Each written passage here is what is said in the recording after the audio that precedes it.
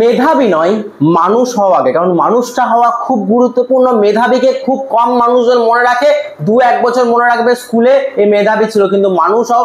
একটা ভিখারিও যদি মানুষের মতো মানুষ হয়, মানুষকে সেবা করতে পারে, তবে তাকে পৃথিবীর সারা জীবন মনে রাখে। আজকের ভিডিও প্রফিট অ্যান্ড লসের গ্যারেন্টি প্রফিটকে নিয়ে।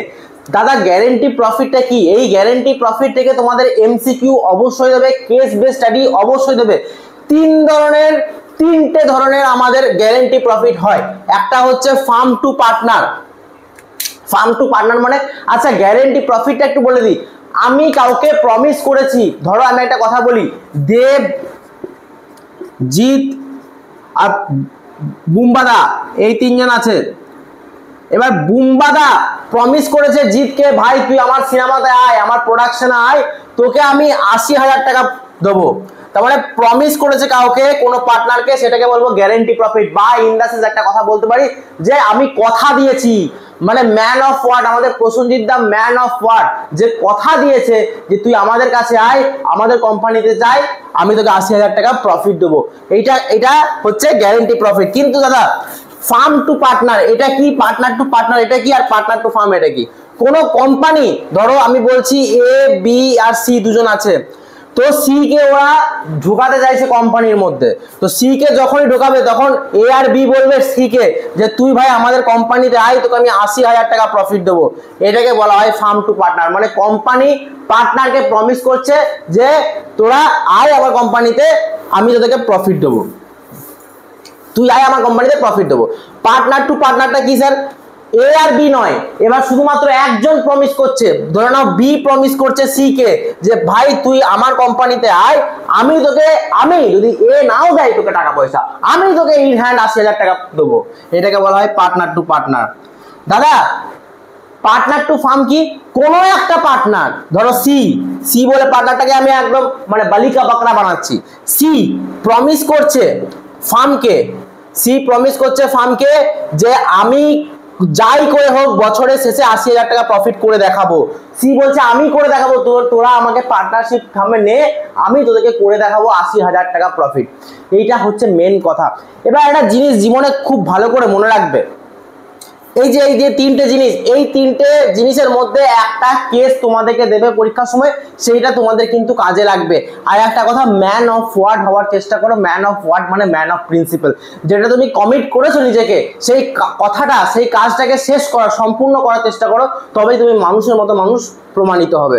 দেখো এরপরে আমরা পুরো কেসটাকে বুঝবো, প্রত্যেকটা জিনিস ইন্ডিভিজুয়ালি, রাইট? পার্টনার বোঝাচ্ছি, ফার্ম টু পার্টনার মানে কোম্পানি কি করছে দাদা? কোম্পানি একটা পার্টনারকে প্রমিস করছে যে তুই ভাই শিওর শর্ট টাকা পাবি, ঠিক আছে, তুই শিওর শর্ট টাকা পাবি। এবার আমি একটা কথা বলি, ভালো করে দেখবে, এ আর বি আর সি তাদের রেশিও হচ্ছে 3:2:1, এবং এ বি আর সি এর ক্যাপিটাল হচ্ছে 5 লাখ, 4 লাখ আর 1 লাখ। তাদের নেট প্রফিট, দাদা নেট প্রফিট হচ্ছে 1,80,000। নেট প্রফিট বইয়ের মধ্যে দেওয়া থাকে, নেট প্রফিট হচ্ছে 1,80,000। সি গ্যারেন্টি পাচ্ছে, সি কে গ্যারেন্টি দেওয়া হচ্ছে ফার্মের দ্বারা। কে দিচ্ছে গ্যারেন্টি? না ফার্ম দিচ্ছে। সি কে গ্যারেন্টি দেওয়া হচ্ছে, সি 60,000 টাকা পাবেই পাবে। সি 60,000 টাকা শিওর শর্ট পাবে। তাহলে আমি দেখো 1,80,000 নেট প্রফিট লিখলাম। দেখো ক্যাপিটালে দিয়েছে, কিন্তু ক্যাপিটালের সঙ্গে কি কোনো পার্সেন্টেজ দিয়েছে? আইওসি কোনো পার্সেন্টেজ দিয়েছে? ইন্টারন্যাশনাল ক্যাপিটালের কোনো পার্সেন্টেজ দেওয়া আছে? একদমই নেই, তাহলে হবে না। তার মানে নেট প্রফিটটা বাইরের দিকে বসে যাবে। এবার এই নেট প্রফিটটাকেই আমরা ব্যালেন্স করব, 1,80,000 উপরে 1,80,000 লিখলাম, এবং এই নেট প্রফিটটা ডিভিজিবল প্রফিট হিসাবে ভাগ হয়ে যাবে। 1,80,000 কি রেশিও দাদা? 3:2:1। তাহলে কি করে ভাগ হবে? 3 + 2 + 1, তার মানে 3 এর 6 একবার, 2 এর 6 একবার, 1 এর 6 একবার। দেখো 1,80,000 তাই করেছি, 3 এর 6, 2 এর 6, 1 এর 6, 90,000, 60,000, 30,000। এরপরে আসবো সি কে যেটা গ্যারেন্টি দেওয়া হয়েছে। সি কে গ্যারেন্টি দিয়েছে? না ফার্মের মধ্যে আর কে আছে স্যার? সি ছাড়া এ আর বি। তার মানে এ আর বি গ্যারেন্টি দিয়েছে সি কে যে তুই ভাই 60,000 টাকা প্রফিট পাবি, আমাদের কোম্পানিতে ঢুকলে তুই 60,000 টাকা শিওর শর্ট প্রফিট পাবি। তাহলে সি তো পাচ্ছে 30,000 টাকা, তাহলে দোকলাবাজি হয়ে যাচ্ছে না?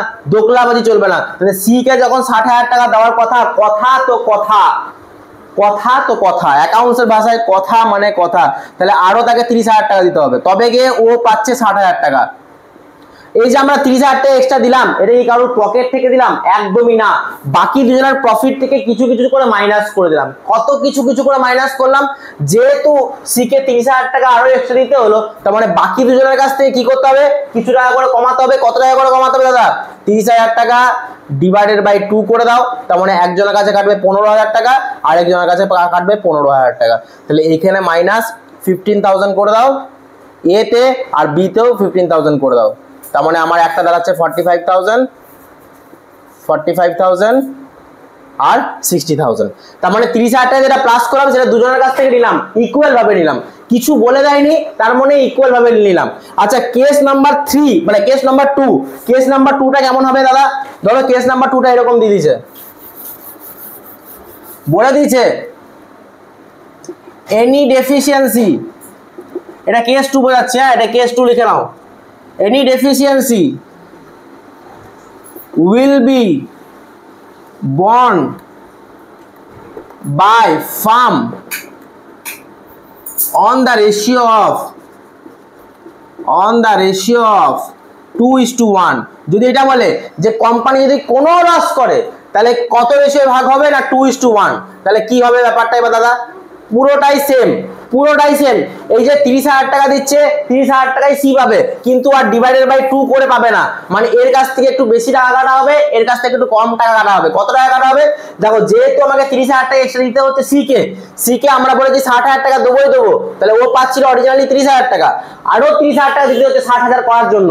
তার মানে এই যে এক্সট্রা 30,000 টাকা, এই যে এক্সট্রা 30,000 টাকাটা এইটা আমরা ভাগ করব রেশিওতে। কোন রেশিওতে দাদা? না এই রেশিও 2 আর 1, তারপর 2 + 1 করলে হয় 3, 2 + 1 = 3। তাহলে একটা হবে 2/3, একটা হবে 30,000 টাকা ইন্টু 1/3, মানে একজনের কাছ থেকে কাটবো আমরা 20,000 টাকা। সরি আগেরটাতে ভুল বলেছিলাম, এটা 45,000 টাকা হবে না, এটা 15,000 টাকা। তো তার মানে 75,000 হবে। এটা কিন্তু আগের বারে ভুল লিখলাম, এটা 75,000 হবে কিন্তু আগের বারেরটাতে। এইবারে কত হবে স্যার? এটা হবে 70,000, এইবার হবে 70,000। আর এইটা কত হবে দাদা? এইটা আমার এটা করলে হয়, এটা 20,000 হয় 20K, আর এইটা করলে হয় 10K মানে 10,000। তাহলে এইখান থেকে কাটবে ও 10,000 টাকা, তার মানে এইটা হবে 50,000 টাকা। আগেরটাতে একটু ভুল করেছিলাম, কিন্তু আগের বারে কেস 1 এ ওটা 75,000 হবে, 45,000 লিখেছিলাম ভুল করে, ওটা কিন্তু 75,000 টাকা হবে। এটা বুঝতে পারলে? এই যে এই কেসটা 30,000 টাকা 2 এর 3 করলাম, 1 এর 3 করলাম, কেন বলে দিচ্ছে যত ডেফিসিয়েন্সি হবে সেই ডেফিসিয়েন্সিটা কোন রেশিও ভাগ হবে দাদা? না 2:1 এ ভাগ হবে। 2:1 করে আমি 20K আর 10K এর থেকে মাইনাস করে দিলাম, আর 30,000 টাকা এর থেকে যোগ করে দিলাম। তাহলে কেস 2টা কমপ্লিট। মানে ফার্ম টু পার্টনার দুটো কেস থাকে, একটা রেশিও গিভেন থাকে, একটা রেশিও দেওয়া থাকে না। রেশিও একটা দেওয়া থাকে যেটা কেস 2 এ তোমরা শিখলে, আর কেস 1 এ যেটা শিখলে সেটা রেশিও দেওয়া নেই, ratio is not given. Ratio is not given, উপরে হেডিং দেবে, দিয়ে দাও রেশিও ইজ নট গিভেন। তাহলে কিন্তু তোমরা কেস 1 আর কেস 2টা শিখে গেলে। এরপরে আসবো পার্টনার টু পার্টনার। বিশ্বাস করো মাখনের মতো হয়ে যাবে, কারণ প্রত্যেকটা জিনিস গ্যারান্টি প্রফিট, মাখন মাখন মাখন।